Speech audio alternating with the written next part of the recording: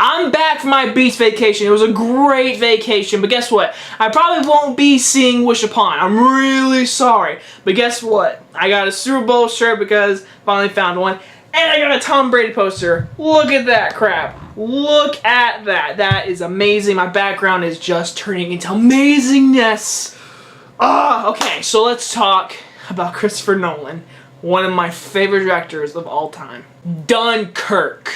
This has been one of my most anticipated movies for the whole entire year. Ever since I heard Christopher Nolan was going to do a war film, I was like, give me please, because Christopher Nolan, if you don't know, is seriously one of the best directors today and might go down in history. Still doesn't have an Oscar nomination or a freaking trophy. He deserves one for Inception and Interstellar in my opinion. So I'm going to go and give my background. First things first, I am one of those people who seriously love Interstellar. I have a poster right there. Interstellar is seriously one of my favorite movies I've seen in a long time. It's so original, so good. I love Interstellar. I love Inception. I love The Dark Knight. I basically love all of his films. Seriously, all of his movies are really good. The Prestige, Batman Begins, Insomnia, Memento is great. I've never seen his first film, The Following, but here we are. Let's talk about his brand new film, Dunkirk, which came out today, and I was really excited going to this movie because it's Nolan. I love Nolan. I can't wait to see every movie he makes, and I really liked it. I did not love this movie. I really liked it, though.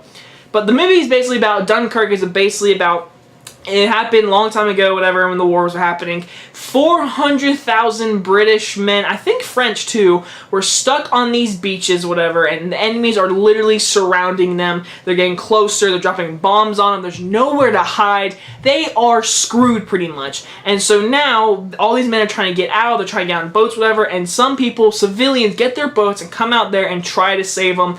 And you know, I really like this movie a lot. Let's start with the positives. First things first, the directing by Christopher Nolan is so good in this movie. I can't tell you guys how good of a director he is. This movie just keeps proving to everyone how good of a director he is. The cinematography is dripping off the screen so good. There's a shot of people just walking on the beach and it is blue out and it just looks so freaking good. This cinematography is beautiful. I can honestly say give this movie an Oscar nomination for Best Cinematography.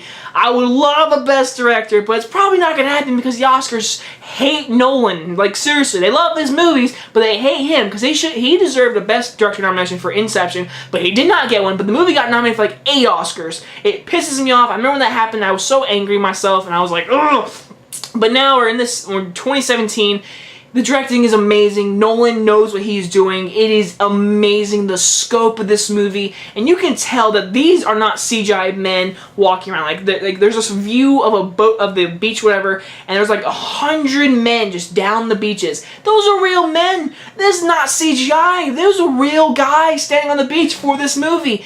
The production value is outstanding in this film. The cinematography is great. And oh my god, another Oscar nomination for sound design. I have never, ever walked out of a movie saying that was too loud. I mean, yeah, the movie, there's sometimes where like, that's really loud. But no, this movie, they used real gunshots and explosions, and they did not volume it or edit anything. They were just like, let's just put that as sound effects. This is the loudest movie I have ever seen in my entire life. Every gunshot was so ear-piercing loud, but I loved it because it felt so real. When critics say like, this movie, you really feel like you're in it. This movie, you feel like bullets are hitting you. When those planes come down and they like come up and they drop a bomb and they go back up, it is ear-piercing loud.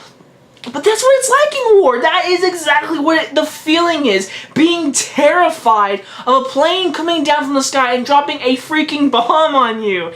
And this movie puts you in it. And that directing just, that is a mastermind right there to really put me in there. This movie deserves the Academy Award for Best Sound Design. Hands down. I have never felt like I was in the movie as much as I did in this movie. When they were laying down the beach and there was explosions happening right next to the main character, it felt like you were right there covering your head. The bullet sounds. There's a scene where they're running down the street and they're shooting at them. It is ear-piercing, like, oh my god, get away from these bullets.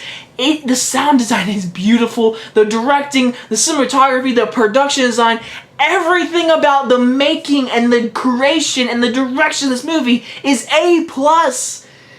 But then there's the characters, and you know nothing about them. Okay, so I had to really think about this. I've seen a lot of reviews before doing this video, and a lot of people are saying how they loved how the characters, it's not like every cliche Hollywood movie where they sit around and talk about themselves or whatever. But honestly, I don't know what the main character's name was until my friend looked up the IMDb for the name, and his name was Tommy.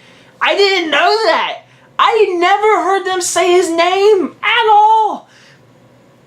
Like, it's mind-bending that they never said his name. If they did, please tell me, because I did not hear it because of freaking sound-piercing sound effects, but all the acting was really good. The main kid was really good when he talked the 5 lines he did in the entire movie. Tom Hardy is such a badass in this movie. He stole the show. He was great. He was an actual character. I didn't know a lot about his character, but what he did, his actions in this movie is great. I loved it. This movie is split into like 3 different stories. One story is like the mole. It's like the main kid, the poster kid, whatever on the poster. Him on the beaches, whatever. Him trying to get on a boat, trying to get out of Dunkirk. Then you have the airplanes with Tom Hardy and other planemen, whatever, and air fights, whatever. That's really exciting. And then my least favorite one, the one story I did not care about, is Mark Rylance and his 2 sons going out on the beach water and traveling to Dunkirk trying to save all the soldiers. I like some things about it, but like they pick up a soldier and he doesn't talk, whatever, and then he finally does, and he's like, we can't go back. And I literally, every time I went back to Mel, I was like, can we please go back to like the soldiers or Tom Hardy? There is literally a scene where Tom Hardy is shooting a gun. It's exciting and the sound design is great, and it really cuts right to the kids laying on the floor and he's like petting his brother or whatever because he got hurt. I won't spoil what happened, but either way he got hurt, and he's like holding whatever, and you're just like, can we go back to the action, please? That was terrible editing. I did not really like their story at all. At all. And I wasn't a big fan of how they did the time jumps. The time jumps is very different. Like, one of them is like 1 week, and one of them is like 1 hour, and one of them is like 1 day, but they all connect. And I was so confused. And I'm like, but if that says 1 week, and they were trying to get on this boat right here, and that was only 1 day, and the plane is only 1 hour, it really mangled my mind, and I did not like that one bit. Did not like the time jumps, whatever. I wish they just stuck with 1 time, because there was like a scene where something goes down into the water, and you see, and you're like, oh, that sucks. Then it happens in the next scene with the boat, whatever, you see the plane go down, and you're like, so wait, is that? And you're like, oh, it is. And then that boat is that. And it's like, oh. But overall, the directing, the cinematography, the acting, the production design, the sound design is all A+ material. Character development sucks. And I did not like the storyline with Mark Rylance at all. And they cut to him a lot in this movie. I am going to give this movie a really high B+. It's a good movie. It's a really good movie. I really recommend it. Christopher Nolan, you deserve an Academy Award. I want a better movie, really, but I do want him to give an Oscar, please, because he's great. And guys, if you guys enjoyed this review, and I'll see you guys next time. Bye-bye, guys.